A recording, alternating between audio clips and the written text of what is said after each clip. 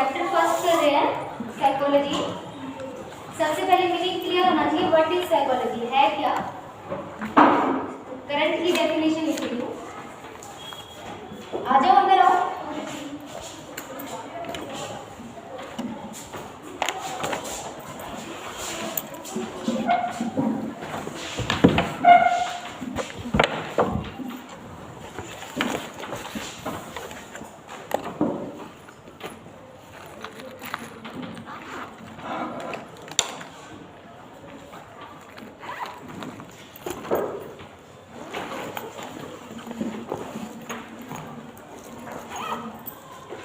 पहले साइकोलॉजी को आत्मा का विज्ञान कहा जाता था, अब क्या कहते हैं, बिहेवियर एंड मेंटल प्रोसेसेस। पहले आत्मा का किसने कहा, अरस्तु, और एक और प्लेटो ने, एक और नाम सुकरात। ये तीन नाम मेन है। ये मनोवैज्ञानिक नहीं थे, दार्शनिक थे। अरस्तु, इंग्लिश में क्या कहेंगे, एरिस्टोटल, ये फर्क है दोनों में बोलने में। प्लेटो और सुकरात, इन्होंने क्या कहा था कि मनोविज्ञान आत्मा का विज्ञान है। इनकी आलोचना हुई किस लिए, क्योंकि आत्मा को देखा नहीं जा सकता, उसको मेजर नहीं किया जा सकता, हम माप नहीं सकते हैं आत्मा कहाँ है, कैसा व्यवहार कर रही है, इसलिए इसकी आलोचना हुई। तो आत्मा के बाद क्या बोले, मन का विज्ञान है। ये किसने कहा था, विलियम जेम्स। क्या ये है मन का विज्ञान। अब मन की आलोचना क्यों हुई, क्योंकि इसको भी मेजर नहीं किया जा सकता, किसी को नहीं पता मन कहाँ है। बंद करो, गेट बंद करो। मन होता क्या है, सम ऑफ आवर एक्सपीरियंसेस, हमारे अनुभवों का जोड़ है मन। अब कोई पूछ ले मन कहाँ है, कहीं नहीं है, थॉट प्रोसेस है, विचार है। मन क्या है, थॉट प्रोसेस, हमारे अनुभवों का जोड़ है मन। अब इसको मेजर करने के लिए, अनुभवों के जोड़ को मेजर करने के लिए वो आसान काम नहीं है। हालांकि क्वेश्चनर होते हैं, मेथड्स होते हैं, इंट्रोस्पेक्शन मेथड भी आया, लेकिन विश्वसनीयता उतनी ज़्यादा नहीं थी, तो इसकी भी आलोचना हुई। उसके बाद क्या आया, चेतना का। व्यवहार का बाद में आया, पहले आत्मा का, उसके बाद मन का, फिर चेतना का, फिर व्यवहार का। इसको याद करने की ट्रिक है, आम चीज में नहीं तो किस लिए, इसमें ट्रिक किस लिए यूज कर रहे हैं, ट्रिक वहां यूज करो जहां बहुत सारा कुछ हो, यहाँ ट्रिक यूज नहीं करनी है। सिंपल सी बात है। आप साइकोलॉजी वर्ड भी तो साइकी प्लस लोगस से बना, साइकी का मीनिंग ही आत्मा था। ये उस जमाने में साइकोलॉजी वर्ड यूज किया क्योंकि उस टाइम आत्मा का अध्ययन माना जाता था। फिर मन आया, मन अनुभवों का जोड़, चेतना, चेतना का इसकी आलोचना क्यों हुई, चेतन, अर्धचेतन,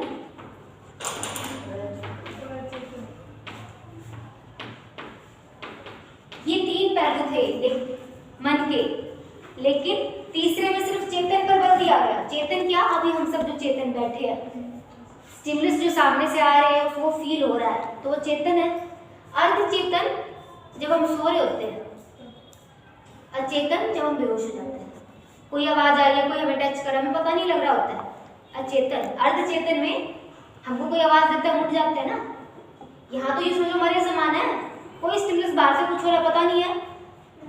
अर्धचेतन में बाहर की स्टिमुलस जो है फील तो नहीं हो रहा है, लेकिन हम करवटें भी बदलते हैं, सपने भी देखते हैं, और कोई आवाज देता है तो एक दो आवाज में हम पता भी लग जाता है, उठ जाते हैं, तो वो अर्धचेतन। और चेतन अभी आप सब कॉन्शियस हो, दोनों में पर्सन होता है, वो कैसा, मतलब क्या होता है, अर्धचेतन या अचेतन? अर्धचेतन। और डिपेंड करते हैं सिचुएशन पे, अब उसका माइंड कितना एक्टिव है, पैरालिसिस उसको हुआ कहाँ है। अगर ब्रेन ही पैरालाइज हो रहा, हाफ ब्रेन होता है, आमतौर पे हाफ बॉडी होती है, लेकिन ये डिपेंड करते हैं कि कितना पैरालाइज है, कौन सा पोर्शन पैरालाइज है। अर्धचेतन में आता है। अचेतन हो जाए तो डॉक्टर क्या कहते हैं, इतने घंटे तक अगर होश नहीं आया तो हम नहीं बचा पाएंगे। और अगर अर्धचेतन हो, अगर दिमाग वर्क कर रहा है, बॉडी पैरालाइज हो गया, दिमाग अगर वर्क कर रहा है तो सालों साल भी जिंदा रह सकते हैं। दिमाग तो वर्क कर ही रहा है, सुनता है उसको, पर रिस्पॉन्स नहीं कर पा रहे होते। सामने बैठ के अगर आप लोग वहाँ रो रहे हो, कुछ बोल रहे हो, उसको पता लग रहा है, पर वो बॉडी पैरालाइज है, इसलिए वो रिएक्ट नहीं कर पा रही है। अर्धचेतन, ठीक है। उसके बाद आया व्यवहार का, किसने दिया था, वॉटसन। इन्होंने क्या कहा, अच्छा ये डेफिनेशन एटकिंसन एंड रिगार्ड की है।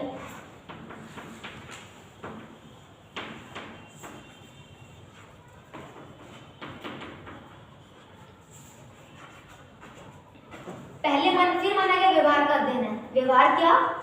Any action or reaction any action or reaction is called an behavior. यानी कोई भी एक्शन कर रहे हैं या सामने से कोई एक्शन कर रहा है और हम रिएक्शन कर रहे हैं, रिएक्ट दे रहे हैं, तो behaviour. Any action or reaction is called behaviour. कितने टाइप का होता है बिहेवियर? 2 टाइप का। ये हटा दो।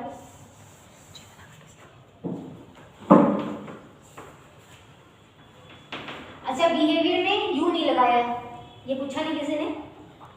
नो, ये चेंज हुआ है।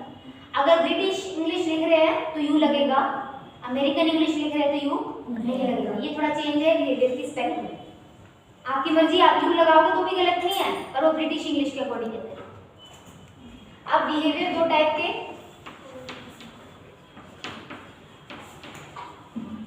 ओवर्ट मीन्स बाहरी व्यवहार, कोवर्ट मीन्स आंतरिक व्यवहार।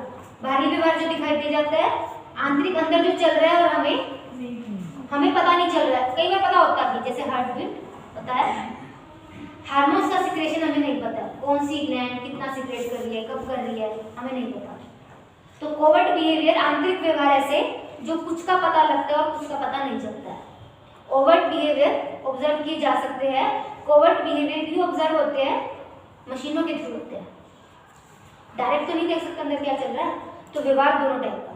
मीनिंग क्या? Any action or reaction is called behaviour. 2 type का, ओवर्ट एंड कोवर्ट। उसके बाद क्या आया? अब करंट में ये डेफिनेशन चलती है। अब केवल व्यवहार का अध्ययन भी नहीं करते, अब क्या कह रहे हैं? Behaviour and mental processes. Mental processes में क्या क्या? ब्रेन में चलने वाले ऐसे, हाँ, ब्रेन में चलने वाले सारे फंक्शंस, कॉग्निटिव फंक्शन हम क्या कहते हैं? Highly mental processes.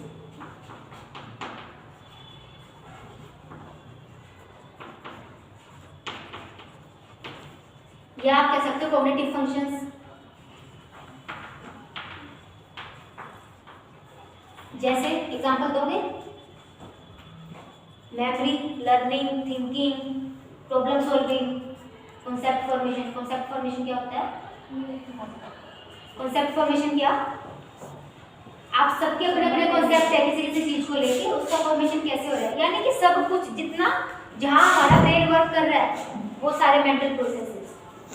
बिहेवियर के लिए 3 आते हैं। एक और देखो, यानी ओवर्ट और कोवर्ट हो गया, लेकिन और क्या लिखा जाता है? कॉग्निटिव,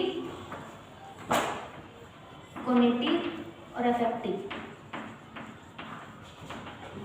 अफेक्टिव मीन्स भावनाएं, जो जहां ऐसे व्यवहार में जहां भावनाएं जुड़ी हो।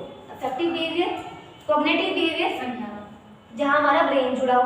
इसीलिए सिर्फ पहले बिहेवियर बोला था, लेकिन ये कॉग्निटिव फंक्शन को इन्होंने क्या कहा? मेंटल प्रोसेसेस अलग डाला एटकिंसन एंड लिंगार्ड ने, क्योंकि बिहेवियर में इसका, हालांकि है सारा कुछ बिहेवियर ही, ये डिफाइन किया गया, ये बाद में डिफाइन हुआ है।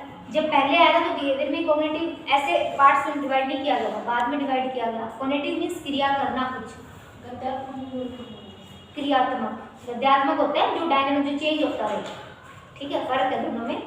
कॉग्निटिव मीन्स सारे संज्ञानात्मक, हमारे ब्रेन के सारे फंक्शन। कॉग्निटिव मीन्स जो क्रिया हम कर रहे हैं फिजिकल अपनी बॉडी को यूज करके। अफेक्टिव मीन्स हमारी फीलिंग्स, इमोशंस सारे यहाँ। तो ये तीनों मिलके बनता है बिहेवियर, ठीक है। ये डिसाइड करेंगे क्या? It is a scientific study of behaviour and mental processes. अब साइंटिफिक स्टडी ये क्यों बोला गया? 1879 से पहले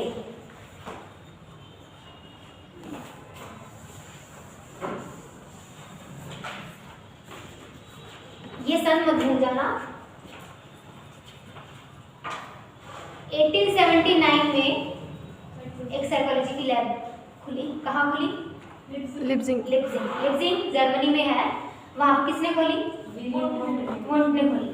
वुंट से पहले विलियम जेम्स, जिन्होंने चेतना का कहा था, उन्होंने भी कहा था 1875 में। उनकी लैब तो वुंट ने तो खोली 1879 में, एक एक्सपेरिमेंटल लैब खुली जहाँ पर रिसर्च हुई, और इसी को पहली साइकोलॉजी की लैब माना जाता है। यहीं से साइकोलॉजी को एक अलग फील्ड मिली, स्वतंत्र इंडिपेंडेंट फील्ड के रूप में जाना गया। उससे पहले फिलोसफी का पार्ट था। साइकोलॉजी को पहचान कब मिली? 1879 से। 1875 में विलियम जेम्स ने भी एक लैब खोली थी, लेकिन उसको पहली लैब का दर्जा क्यों नहीं मिला? क्योंकि वो उन्होंने अपने पर्सनल यूज के लिए खोली थी, वहाँ कोई रिसर्च नहीं हुई, उन्होंने अपना कोर्स वर्क किया, ठीक है, इसीलिए उस लैब को पहली लैब का दर्जा नहीं मिला। हालांकि आलोचना हुई इस बात की कि पहली लैब विलियम जेम्स खोल चुके थे 1875 में, और 1870 में वो ये बात कह चुके थे कि अब साइकोलॉजी को एक स्वतंत्र फील्ड बना देना चाहिए, स्वतंत्र क्षेत्र होना चाहिए, फिलोसफी का पार्ट से हटाओ। साइकोलॉजी में वो सारी विशेषता है जिससे उसको हम साइंटिफिक स्टडी कह सके। एक फील्ड को साइंस कहलाने के लिए जिस जिस चीज़ों को होना जरूरी होता है, साइंस इसमें साइकोलॉजी में वो सब है। ऐसा किसने कहा? विलियम जेम्स ने कहा था। 1869-70 में कह दिया था उन्होंने।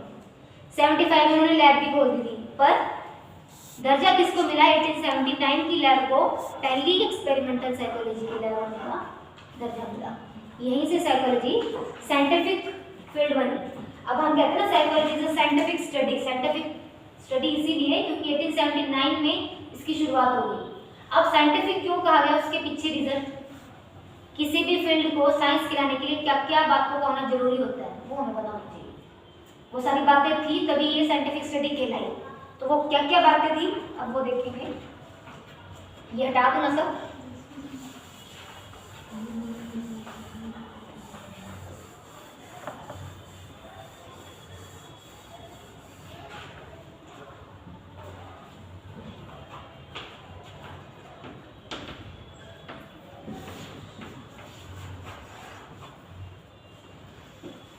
ऐसे बनाओगे आप भी। सबसे पहले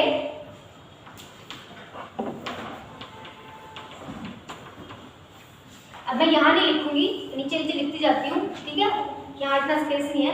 ऑब्जेक्टिविटी, ऑब्जेक्टिविटी और सब्जेक्टिविटी में क्या डिफरेंस है? ऑब्जेक्टिविटी तो फैक्ट्स पर रिलेटेड होती है और सब्जेक्टिविटी पर्सनल एक्सपीरियंस। ठीक है, समझ आया? मीनिंग क्लियर हुआ? सब्जेक्टिविटी मीन्स क्या? जहाँ हमारे पर्सनल एक्सपीरियंसेस आते हैं। अब मैं अपनी तरफ से किसी के लिए कुछ बोल दूँ, वो मेरी अपनी खुद की सोच है, सब्जेक्टिव एक्सपीरियंस। ऑब्जेक्टिविटी क्या?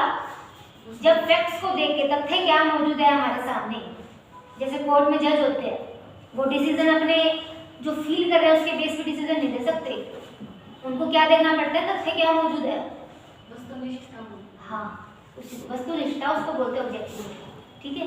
तो ऑब्जेक्टिविटी होनी चाहिए तभी कोई फील्ड साइंस बनती है। तो साइकोलॉजी में थी ऑब्जेक्टिविटी। कैसे थी? क्योंकि एक्सपेरिमेंट हुए, रिसर्च हुई, अपनी मर्जी से हमने कुछ नहीं कहा, रिसर्च करके देखी, वो बात प्रूव की, तथ्य हमारे सामने आए, डाटा कलेक्शन हमने किया, तो ऑब्जेक्टिविटी आ गई, ठीक है। उसके बाद कॉज एंड इफेक्ट रिलेशनशिप।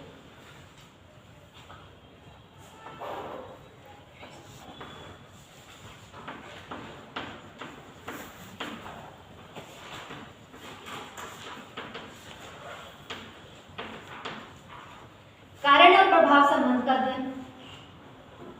कोई भी बिहेवियर हुआ, उसके पीछे कारण क्या रहा, उसका फिर अब इफेक्ट क्या आएगा, फ्यूचर में क्या रहेगा, इसका ही हम अध्ययन करते हैं साइकोलॉजी में। कारण ढूंढते हैं, ये तो नहीं कहते इसका व्यवहार ऐसा है, ऐसा है वो तो सबको दिख रहा है, उसके पीछे कॉजेस, कारण क्या रहा, उसका फ्यूचर में इफेक्ट अब कहाँ क्या क्या हो सकता है, इसी का अध्ययन साइकोलॉजी में किसी भी व्यवहार को समझने के लिए किया जाता है। तो साइंस कराने के लिए जरूरी था, साइकोलॉजी में था। उसके बाद सिस्टमैटिक स्टडी। ये ऑर्डर आप कैसे भी यूज कर सकते हो, जरूरी नहीं पहले यही आएगा, ऑर्डर कुछ भी लिख सकते हो।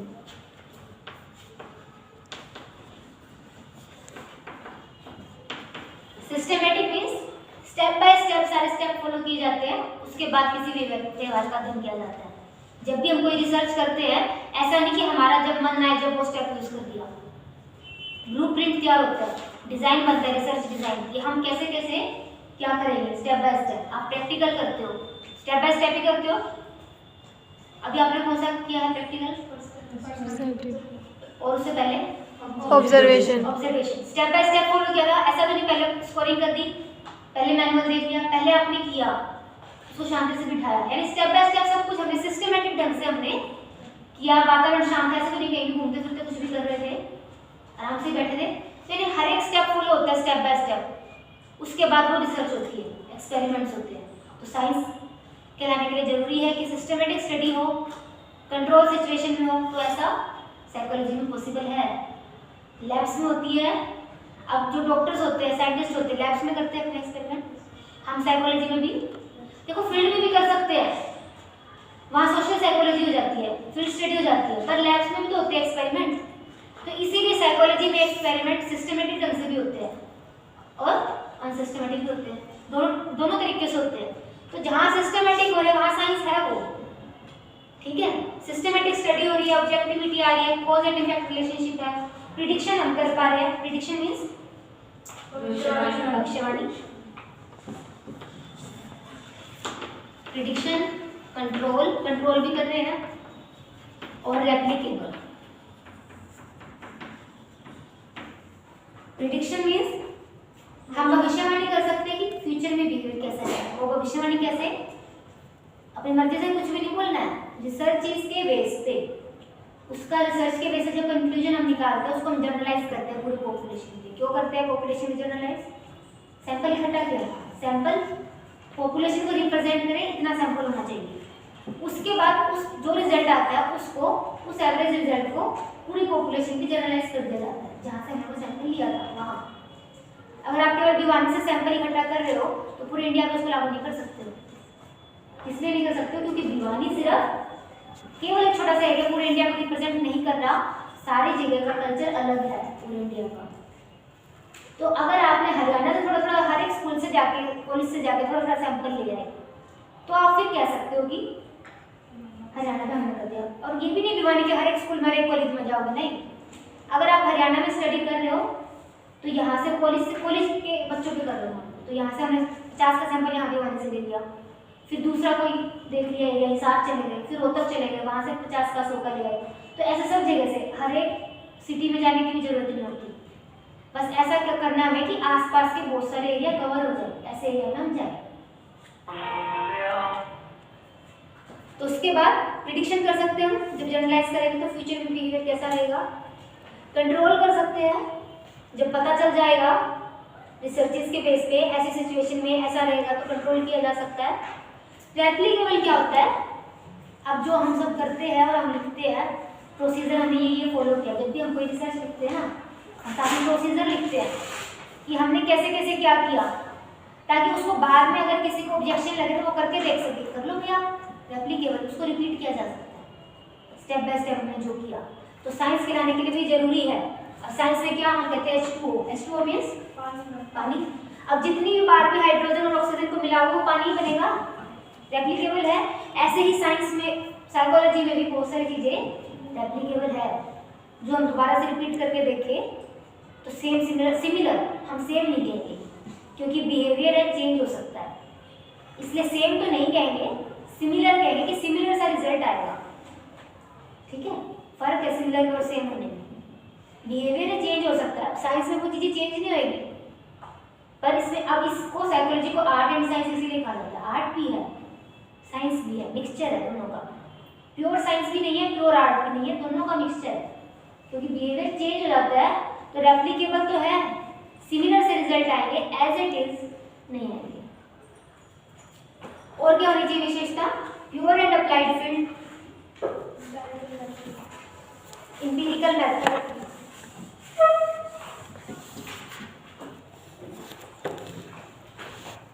यहाँ लिख रही हूँ आगे कितना,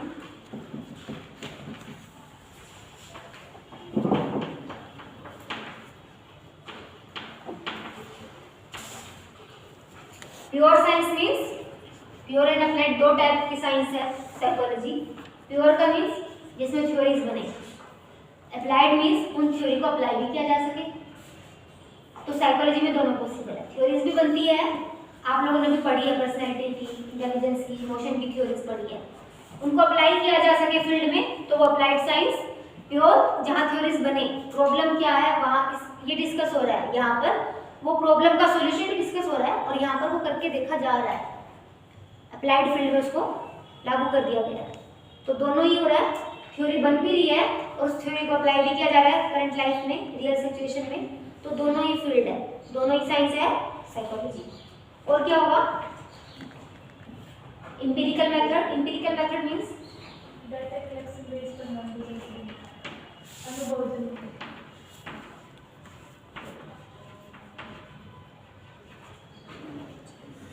बताओ, सही बोल रहे हो। इंपीरिकल डाटा कलेक्शन होता है, अनुभवजन्य का मीनिंग क्या है? अब हम डाटा को कलेक्ट कर रहे हैं, उसके बेस पे जाके कोई रिजल्ट हम निकाल रहे हैं, ठीक है, वो इंपीरिकल मेथड। थ्योरेटिकल मेथड क्या, जब कोई थ्योरी बन रही हो। इंपीरिकल मेथड क्या, जब कोई डाटा कलेक्शन किया जा रहा हो और उसके बेस पे कोई रिजल्ट हम निकालें, तो वो इंपीरिकल मेथड। साइकोलॉजी में ये भी पॉसिबल है। तो ये सारी चीज़ें साइकोलॉजी में पॉसिबल है, साइंस के लाने के लिए इनका होना जरूरी है। मेन क्या है? Objectivity, cause and effect, scientific and systematic. Scientific की वर्ड लगा देना। साइंटिफिक ढंग से, वैज्ञानिक विधियों का यूज करके सिस्टमेटिक ढंग से साइकोलॉजी में अध्ययन करते हैं। प्रिडिक्शन कर सकते हैं, कंट्रोल कर सकते हैं, एप्लीकेबल होता है। प्योर एंड अप्लाइड साइंस भी है, इंपीरिकल मेथड है। ये मेन पॉइंट्स है सारा। साइंस के लाने के लिए इन चीज़ों का आना जरूरी है, और साइकोलॉजी में ये सब है, इसीलिए साइकोलॉजी को साइंस कहा गया। तो डेफिनेशन क्लियर हुई। साइंटिफिक स्टडी क्यों कहा गया? It is a scientific study of behaviour and mental processes. Behaviour का मीनिंग क्लियर हुआ, मेंटल प्रोसेस हुआ। ये थी साइकोलॉजी।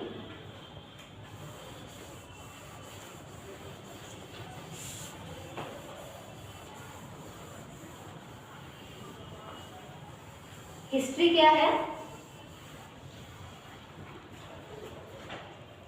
कहाँ से शुरू हुई साइकोलॉजी की हिस्ट्री?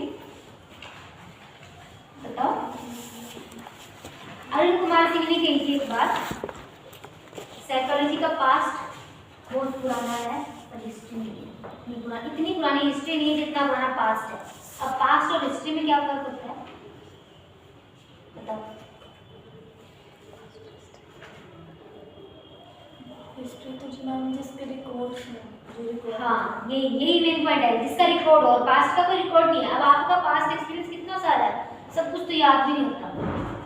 जितने साल के आप हो गए हो ना, उससे हर एक दिन पहले का सब पास्ट है। हिस्ट्री क्या, जो रिकॉर्ड में लिखी गई हो, जिसका पता हो कि कहाँ से शुरू हुई, कहाँ अंत है, वो सब कहाँ से स्टार्टिंग हुई, जिसको जो लिखा जो रिकॉर्ड में है, और पास्ट जो रिकॉर्ड में नहीं है।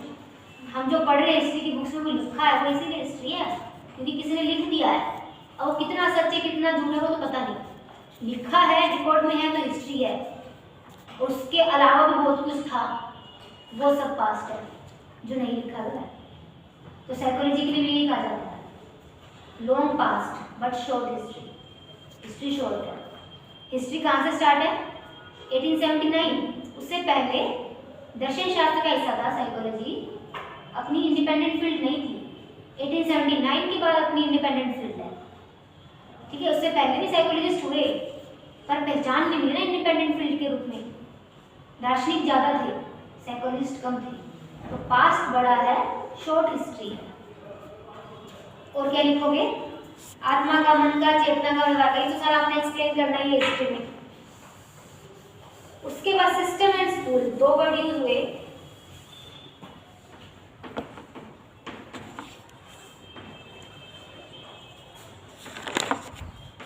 अब स्कूल का मीनिंग वो स्कूल नहीं है जहाँ पर बच्चे पढ़ते हैं।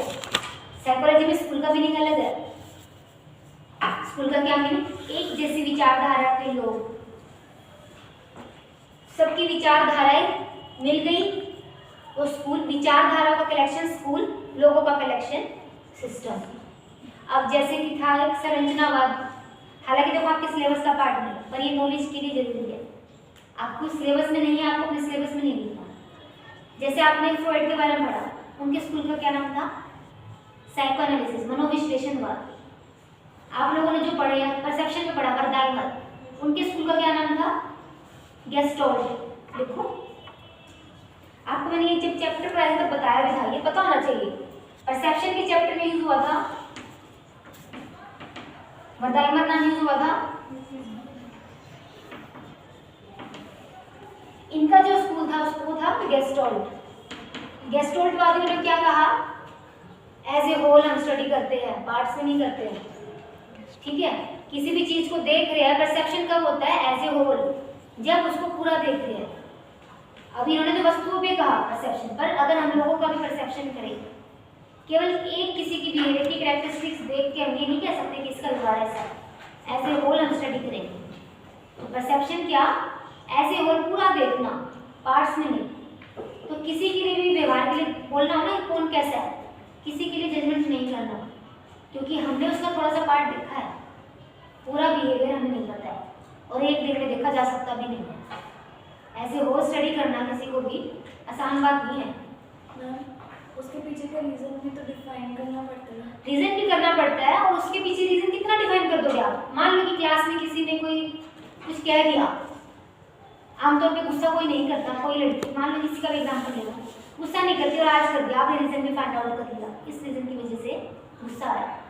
पास्ट एक्सपीरियंस हमें नहीं पता, उसकी परवरिश हमें नहीं पता, आसपास आस पड़ोस कैसा है, घर परिवार कैसा है, फ्रेंड्स कैसे हैं, स्टडी कहाँ से, हमें भी कुछ नहीं पता है। हम जजमेंट करने वाले कुछ कोई नहीं होते। रीजन मान लो कि आपको वैलिड नहीं लगा, आपने कहा इसने गलत किया, उसके पीछे क्या पता पास्ट एक्सपीरियंस क्या रहा हो। अब मान लो किसी को हेल्प की जरूरत थी और उसने नहीं की, तो हम क्या कहेंगे? अब इसको जल्दी कहीं जाएंगे, अपने फायदे के लिए नहीं की, क्या पता उसके पीछे क्या रीजन हो, पास्ट में हेल्प करके कुछ बुरा रहा हो, हमें नहीं पता होता पीछे के रीजन। ऐसे होल स्टडी नहीं कर पाते हैं एक दिन में, तो बिल्कुल नहीं। इसीलिए किसी के बिहेवियर पर टिप्पणी नहीं करनी है, कभी नहीं। कोई हमें जजमेंटल नहीं रखना अपना, कोई जज बने फिर हो, आप जज नहीं हो कि आप डिसाइड करो किसने सही किया किसने गलत किया। सब अपनी जगह सही है, सब अपनी जगह गलत है, आप लोग कोई नहीं होते डिसाइड करने वाले। ऐसे होल स्टडी जब तक नहीं कर रहे हो